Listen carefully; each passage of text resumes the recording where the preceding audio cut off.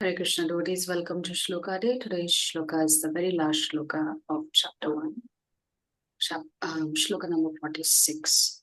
Sanjaya Uvacha Sanjaya Uvacha Eva Muktva Arjuna Sankhye Evam Uktva Arjuna Sankhye Rathopastha Upavishat Rathopastha Upavishat Visrijya Sasharam Chapam Visrujya Sharam Chapam Shoka Samvighna Manasaha. Shoka Samvigna Manasaha. Okay, word for word meaning translation and purport by His Divine Grace Srila A.C. Bhaktivedanta Swami Prabhupada Srila Prabhupada Ki Jai.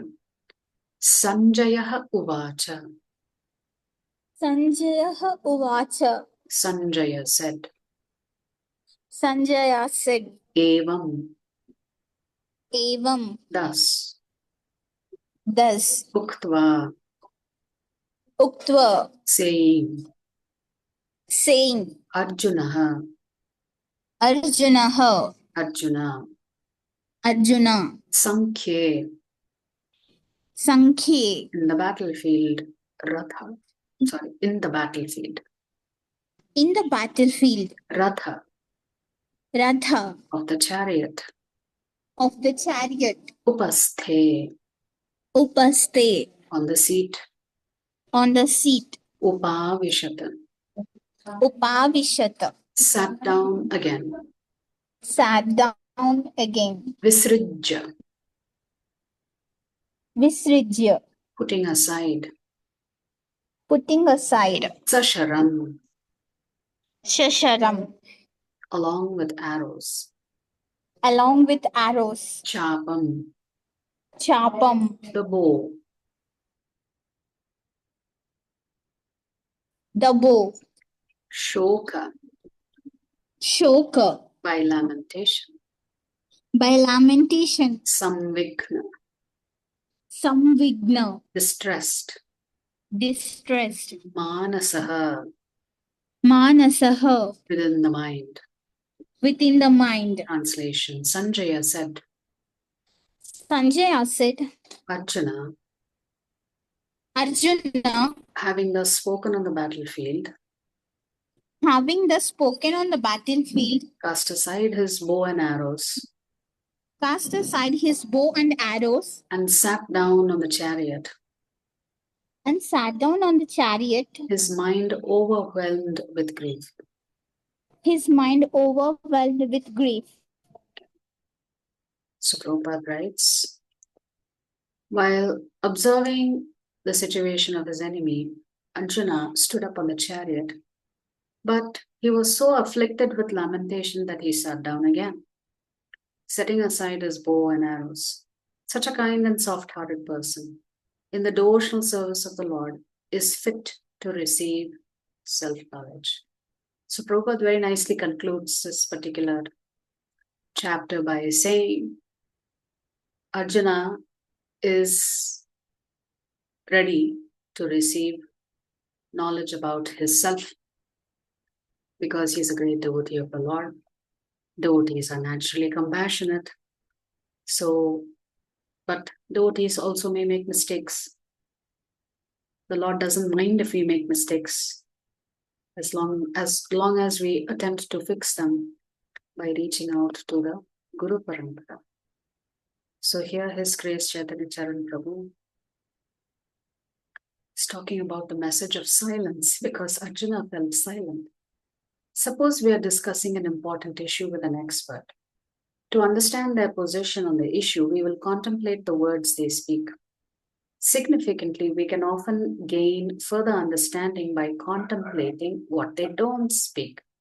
For example, suppose a police chief gives a press conference about the murder of someone prominent in a city, but doesn't mention the suspect's name.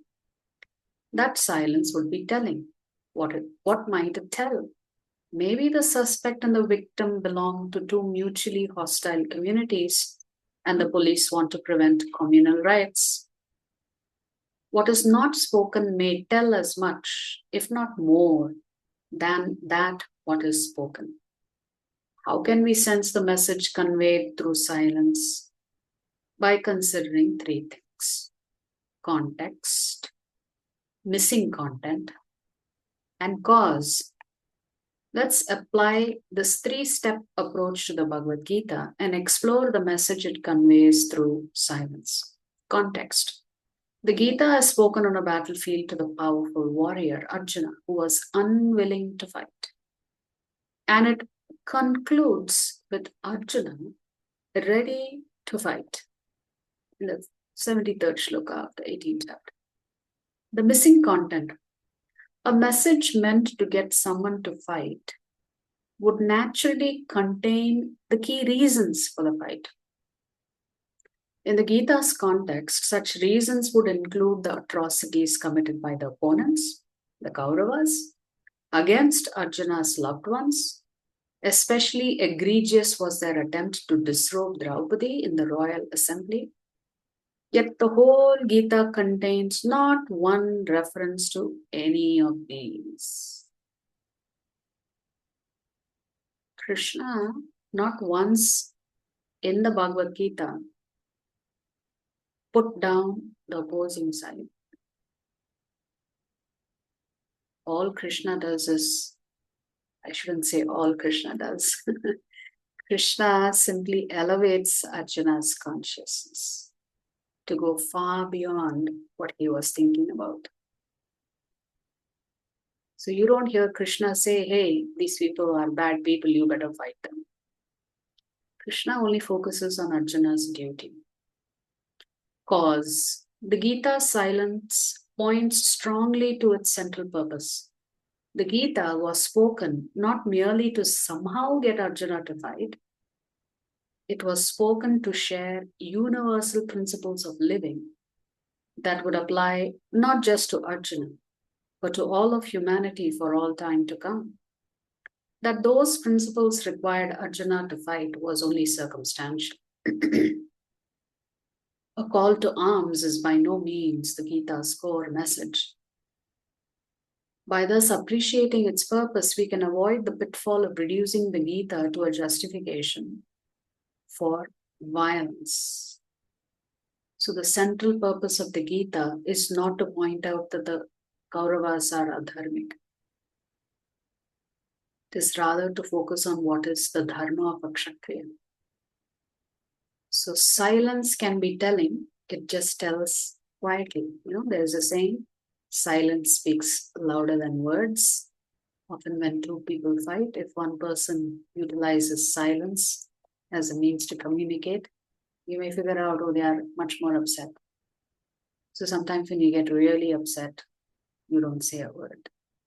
Parents may use this tactic with their children also.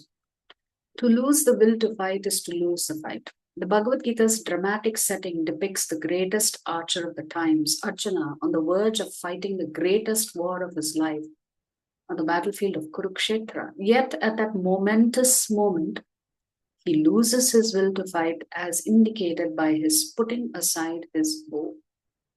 For a warrior to chicken out before any fight is unbearably disgraceful.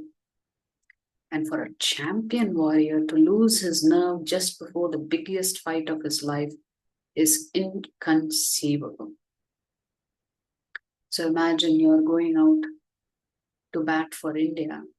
Two batsmen are going for a 2020 match. Imagine the batsman asks, why am I fighting? Why am I here with the bat? Why should I hit the ball? It would be quite absurd, right? So similarly, for a champion warrior to question why he should fight is quite absurd and unusual. If anyone had told Arjuna to put aside his bow, he would have been infuriated. But because that suggestion came from inside, it became not infuriating but overwhelming. We are all vulnerable to be misled by others, but we are much more vulnerable to be misled from inside. a truer statement was not spoken. Most of the times, our own thought process causes us to make wrong choices. So we are more vulnerable to our making the wrong decisions. The Gita demonstrates this devastating, deluding power of our mind. In our daily life, we all have to fight against hostile situations. If we let the mind's negativity get to us, we too will lose the fight even before it begins. The Gita's message can equip us internally in two ways. Firstly, with the knowledge of the existence of the inner enemy. So Krishna is saying, the next chapter, right? Utastva kashmalam idam. So he's asking, how did you get yourself contaminated like this? So it's an internal contamination. So that internal contamination is your internal enemy. Secondly, with the weapon of spiritual knowledge, the knowledge that we are at our core spiritual and indestructible, and are parts of the whole, Krishna, who is spiritual and indestructible, and ultimately infallible. No matter how grim the situation, Gita wisdom helps us look up from the situation to Krishna and prayerfully contemplate how best we can serve him in that situation and through that situation. By such prayerful contemplation, the mind's grip on us loosens and we can find the will to continue the fight. And eventually, as the Gita's message did for Arjuna, we will be guided by Krishna's grace towards inner clarity and outer victory. So the biggest challenge for us in life is when we go through difficult situations, we really don't know how to go about making decisions that's going to be beneficial for us. Of course, the best decision is a decision that is going to benefit you spiritually, and that's going to cause you to grow spiritually. So anyway, here Sanjaya is reporting to Dhritarashtra that after all of this speaking by Arjuna, he's actually cast aside his bow and arrows and sat down on the chariot, his mind overwhelmed with grief. I am sure, hearing this, Dhritarashtra's hopes would have been raised significantly, thinking, wouldn't it be nice if the Pandavas just walk away and hand over and not request anything else from the Kauravas for the rest of their lives? So certainly that would have been Dhritarashtra's desire. If you like our videos, please subscribe to our channel and turn on the bell notification. If you'd like to join our classes every day, please check the details in the description section of this video. We look forward to serving you.